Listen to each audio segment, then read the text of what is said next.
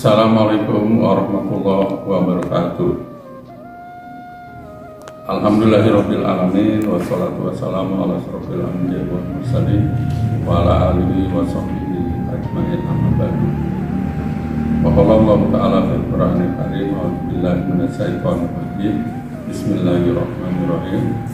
Utlu ma uhiya ilaika minal kitab wa aqimis shalah.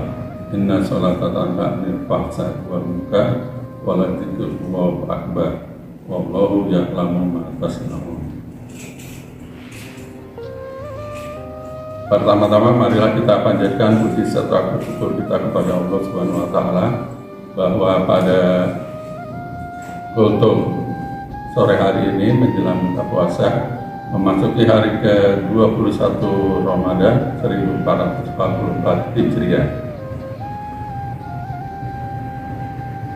yang sebagaimana dalam buku yang dikarang oleh Coach Nakoy, Awareness of Ramadan, bahwa di hari ke-21 ini adalah sebagaimana ayat yang saya bacakan tadi, menciptakan kekhusyuan dalam sholat kita. Sesungguhnya beruntunglah orang-orang yang beriman, yaitu orang-orang yang khusyuk dalam sholatnya dan orang yang menjauhkan diri dari perbuatan dan perkataan yang tiada berguna. Suatu hari ketika penulis sedang memberikan ceramah di kumpulan ibu-ibu di wilayah Bogor, ada seorang ibu bertanya, saya punya dua tetangga yang memiliki karakter berbeda. Pertama adalah non-muslim, dia jarang ke gereja, namun wow, orang ini kalau urusan menyumbang paling rajin.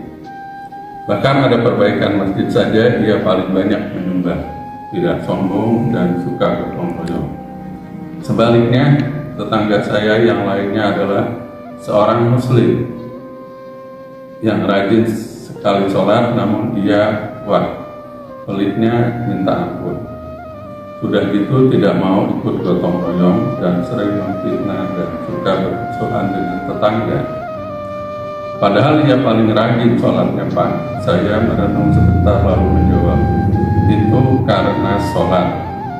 Mendengar jawaban saya, ibu yang bertanya makin penasaran. Mengapa karena sholat, Pak? Saya menjawab, ibu mungkin bapak tadi yang sering rajin sholat, kalau ia jarang sholat sudah menjadi pribadi yang bukan memfitnah tapi bisa suka membunuh. Namun karena sholat dia seperti ada remnya, berhenti. Nah, orang tadi yang non-muslim tidak sholat tapi baik, wah itu luar biasa. Belum saja sholat saja sudah baik, sudah seperti itu. Apalagi jika sudah sholat, pasti kebaikannya 10 kali lipat dari sebelumnya. Para ibu-ibu pun akhirnya diam sambil tersenyum. Sholat itu adalah ruang dialog, ruang meditasi, ruang kontemplasi antara manusia dan Allah dari sekian banyak ibadah. Ibadah yang penuh kenikmatan rohani adalah sholat. Bahkan dikatakan as-sholatu mi'rajul mu'minin. Sholat itu adalah mi'rajnya orang-orang beriman. Mengapa demikian? Karena dalam sholat seseorang sebenarnya sedang dalam keheningan yang mencerahkan. Saya menyebutkan OMA, 1 minute awareness, 1 menit yang mencerahkan. Dan seharusnya hal ini bisa kita dapatkan dalam sholat kita.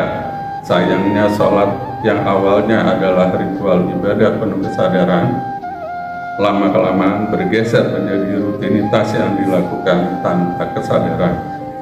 Lagi-lagi karena cintanya. Allah mewajibkan seorang muslim yang beriman melakukan sholat 5 kali dalam sehari, ditambah dengan sholat sunnahnya. Rahasia terbesar untuk hidup bahagia terdapat juga dalam sholat kita. Bila sholat kita benar dan mencapai kekhusyuan, kebahagiaan itu benar-benar terjadi dalam hidup ini. Sebaliknya, jika sholat kita belum benar, kita sulit menggapai hati yang tenang atau nafsu mutmainnah. Dalam surat Al-Mu'minun, Allah berfirman, artinya, sesungguhnya beruntunglah orang-orang yang beriman, yaitu orang-orang yang khusyuk dalam sholatnya. Sesungguhnya beruntunglah orang-orang yang beriman, yaitu orang-orang yang khusyuk dalam sholatnya. Berdasarkan ayat di atas, ternyata ada 3 kunci rahasia kehidupan untuk membuat kita bahagia. Pertama adalah iman atau belief. Hanya orang-orang yang beriman yang merindukan ibadah sholatnya. Baginya azan adalah alunan lagu yang terindah, yang hanya dapat dinikmati oleh orang-orang yang mencintai Allah, kekasih. Kekasih selalu ingin menjumpai kekasihnya. Dalam surat Al-Baqarah, Allah berfirman, orang-orang yang meyakini bahwa mereka akan menemui Tuhannya dan bahwa mereka akan kembali kepadanya. Iman atau belief adalah rahasia yang pertama. Kunci rahasia kedua, setelah iman atau belief adalah sholat. Sholat adalah waktu atau momen atau saat yang terbaik bagi orang beriman, karena tidak ada waktu terbaik lainnya selain kita sedang berjumpa dengan Allah. Dalam surat Toha, Allah berfirman, sungguh aku ini adalah Allah, tiada Tuhan selain aku, maka sembahlah aku dan dirikanlah sholat untuk mengingat aku. Kunci rahasia ketiga adalah khusyuk. Dalam kekhusyukan kita temukan fokus menjadi mindfulness dan juga tenang. Khusyuk akan berdampak positif pada kualitas pekerjaan Anda. Seseorang yang khusyuk akan menjadi fokus, tajam, dan tenang dalam kehidupan sehari-hari. Dalam sebuah aforisme, Sayyidina Ali bin Abi Thalib mengatakan, sungguh orang yang berdusta di pagi hari, maka dia akan pernah khusyuk, dia tidak akan pernah khusyuk dalam sholatnya di siang hari. Dan untuk menggapai kekhusyukan sholat dalam bulan puasa ini, dibutuhkan silence dan keheningan yang luar biasa. Salah satu kata bijak dalam Mother Teresa adalah, in silence we will find energy, and the unity, the energy of God will be or to the all things walk.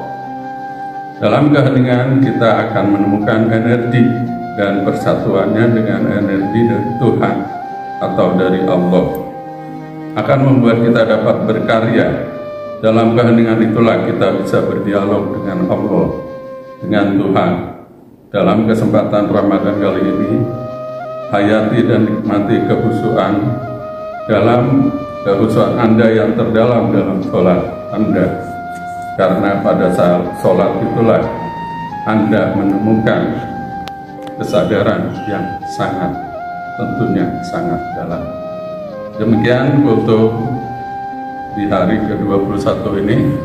Terima kasih atas segala perhatian. Salam kesadaran Indonesia. Billahi taufiq wal hidayah. Wassalamualaikum warahmatullahi wabarakatuh.